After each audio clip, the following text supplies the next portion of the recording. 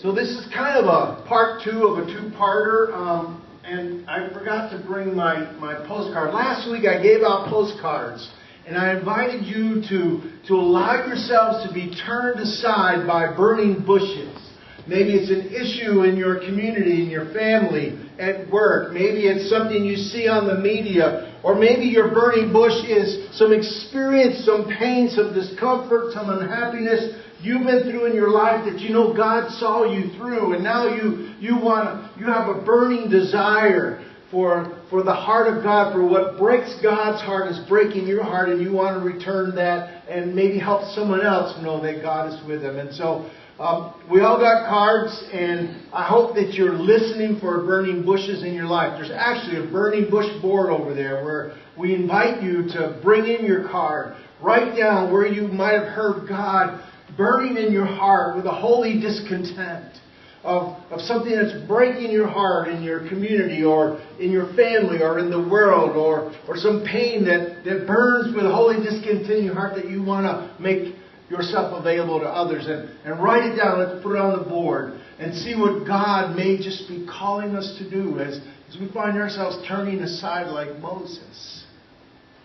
In the text that Rachel read, this is part of two parts, and in each of these parts, what we hear often from Moses is God greets him with this burning bush, as God begins to fire up within him this discontent of the injustice and oppression of his people in Israel. And God shares with him that it's breaking God's heart too. That Moses does what we so often do. Fire, passion, we're excited. And then we start thinking about what it means God is calling us to do. And we find ourselves like Moses. Gee, I don't know if I can do it. I don't know if I can speak well enough. I don't know if I have the ability. I'm not sure I want to be made uncomfortable. And yet God continues to call him to this amazing ministry. I found myself this morning feeling really, really tired of being in this place again, where innocent people are gunned down by the hatred and violence of misguided souls. I find myself tired of having to light another candle for more the victims of violence, gun violence, and at least domestic terrorism. San Bernardino wasn't very long ago, and Paris was before that, and I wondered as I pray to God, what is our burning bush here in this situation where we find ourselves in this country? What is turning me aside as I grieve and pray for those victims again? And then I ask myself, what difference am I making in a world in which we sometimes find ourselves retreating and cocooning rather than seeing that maybe God is calling us to move out, to confront the reality of violence and lost souls? That there are people we know that somehow have grown up without any sense of a God-infused moral order in their life, and no sense of conscience, no sense of respect for life. It occurs to me as I was preparing for this and thinking about you being here before me that you and I and the brothers and sisters of ours that can't be here today are the ones that we are influencing for good. You know, your presence here is allowing God's Spirit, God's presence to shape and guide and hopefully quicken your heart to what is good and of God, and so profoundly aware of the things that seem so ungodly. But I can't help but think about the people in our community who may have no sense of God's moral order. I can't help but to think of the people in our community, not just the world, but our community, who have grown up without any sense of God in their hearts at all. We call them unchurched or nominally unchurched, people that have grown up. And there's no quickening in their souls. There's no sense of right or wrong except from what they either glean from things outside of themselves, or their right and wrong is based in what they think is right and wrong. And my heart is breaking for the kind of violence that is happening in our culture. And for profound awareness that there's a generation of children that has grown up without a knowledge of who God is and the power and presence of Jesus and the kind of moral quickening that that gives to the human life and human soul and the purpose that grows out of it. Last week I shared with you that one of the signs of a great church, it is said, is a one that makes a difference in how the people who go to the church live. It's not, a great church is not about how many people are sitting in the pews. It's the difference that that church makes in the people's lives. And I encourage you and invite you to just be in prayer and let that quicken your spirit a little more. Make that grow some discontent in your life. That if somehow being a part of this church is not making a difference, then help us be that kind of church. But here's another example, another definition of a great church I heard this week. A great church is a church. A great church is a church that cares for those who don't know God, for the unchurched, and what some people call the nominally church. You know, they just come once in a while. A great church is one that's willing to sacrifice its own preferences so that men and women and boys and girls experience and come to know the saving grace and love of God in Jesus Christ. And I look at San Bernardino and I woke up to Orlando today and I say to myself, my gaze is not big enough. There are people dying without God in their hearts. There are people growing up without any sense. Some vague notion of God, but no human experience of that transforming power and grace. And I can't help but feel that there is a connection between that reality and the growth of violence and the gun culture and the culture of violence that is part of the society in which we live. So today I'm wondering if this is becoming my burning bush. You know what a burning bush is, as I just shared. A burning bush is that thing that catches your attention like it did Moses and turns your attention to the side. As he was this burning bush that never was consumed. It caught his attention, and in that moment of caught his attention, God awakened within him both his broken heart for the people of Israel, the Hebrews, but also God communicated that this was also breaking God's heart. And I'm wondering if this is my burning bush. Somehow make a difference among children and people in this culture who I don't see on Sunday mornings. And how do we reach them? I don't have the answers.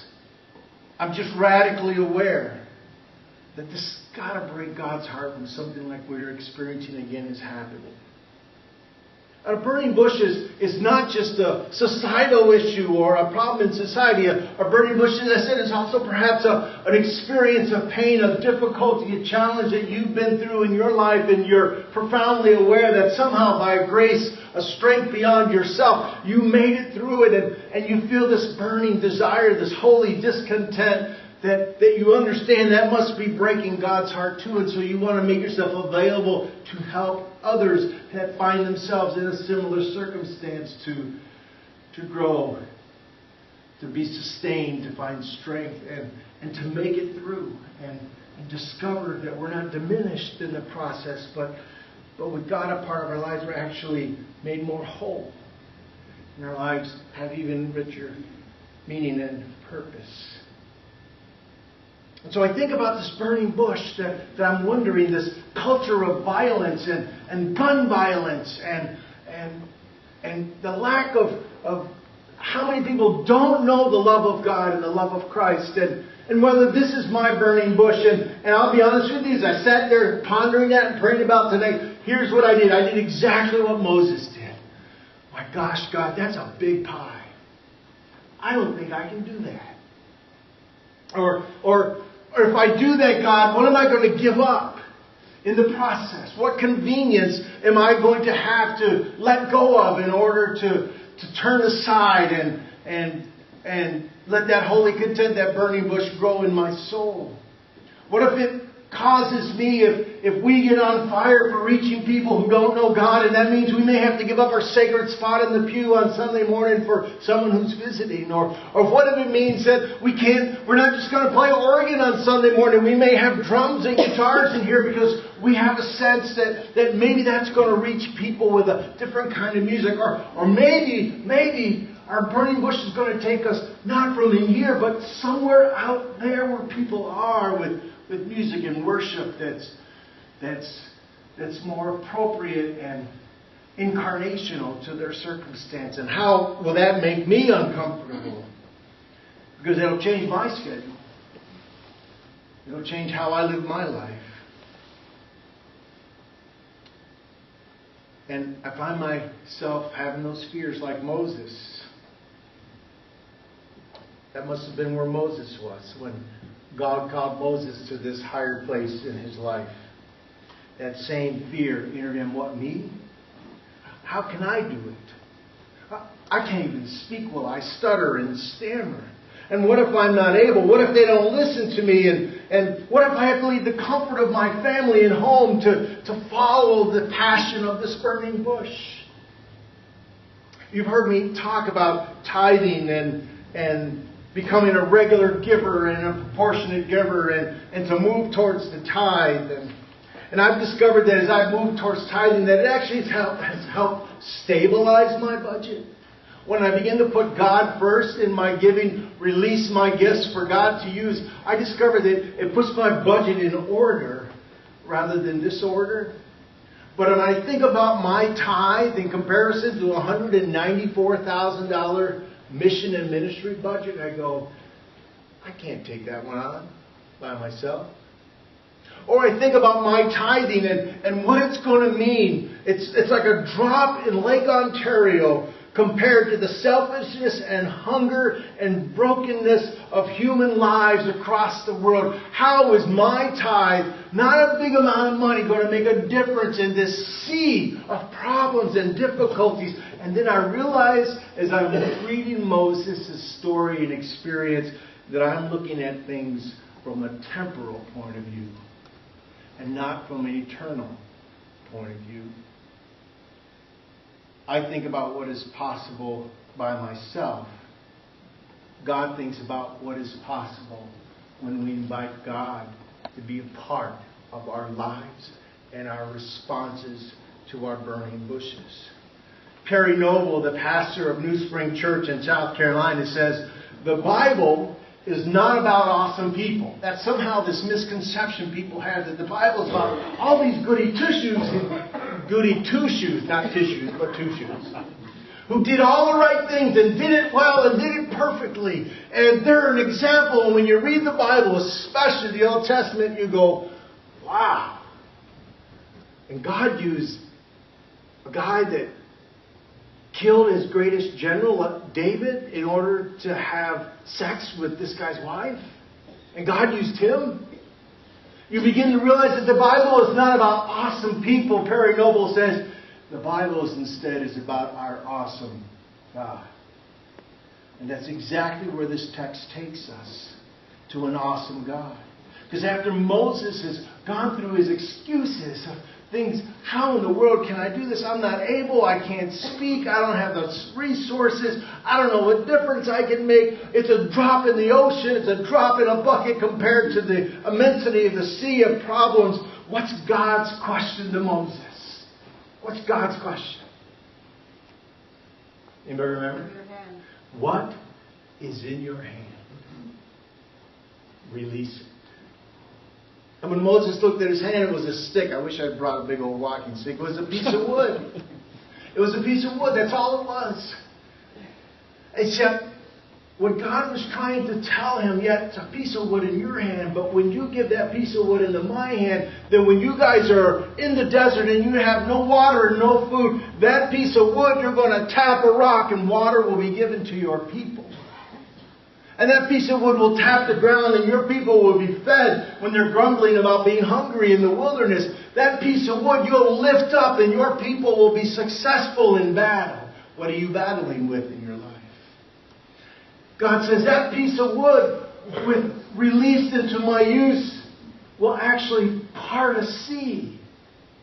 So your people will be saved and be part of this holy purpose that I'm calling you and them to be a part of.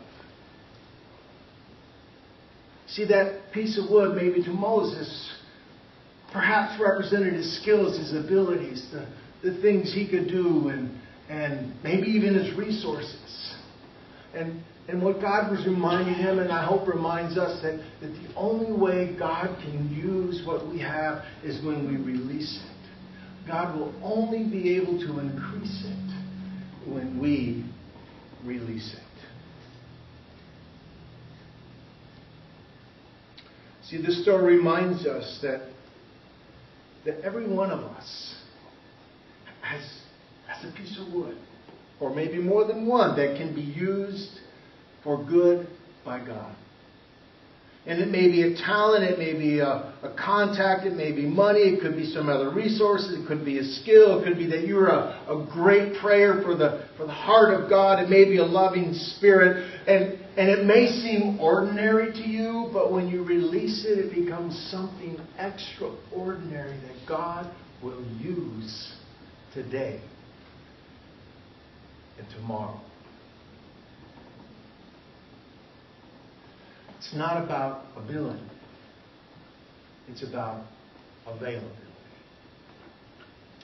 And I think God is asking me, as I grieve, having light another candle, and beginning to stir within me my burning bush, that God is beginning to ask me, Mike, we need to talk about what you need to release. What is God asking you to release, to let go of? That you may be joined with God in making a profound difference in the lives of men and women and boys and girls who have just some idea of God, but no real experience of that grace. Let us pray.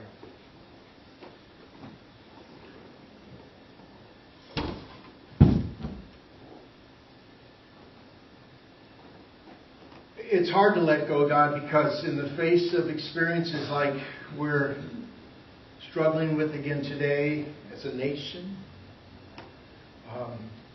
our first tendency is to want to cling and circle wagons and be careful. And there is a time and place for that. As we assess and learn and discern what has really happened and learn the best lessons we can from the most difficult parts of our lives and then allow you to use them. But that's not where you call us to end up. You ask us like Moses, will you release and open your hand and that I may use what you have to have boys and girls and men and women experience the love of Christ, to develop within their hearts a sense of both godliness and moral order, that their hearts would be broken by the same things that breaks God. God, give us courage to release that which we want to cling to, comfort or convenience, or maybe our resources, so that you may multiply them. And we once again may be a living example that the story of God's people is not of awesome people, but an awesome God that uses ordinary folks just like me and you and does extraordinary things through them. And all God's people said.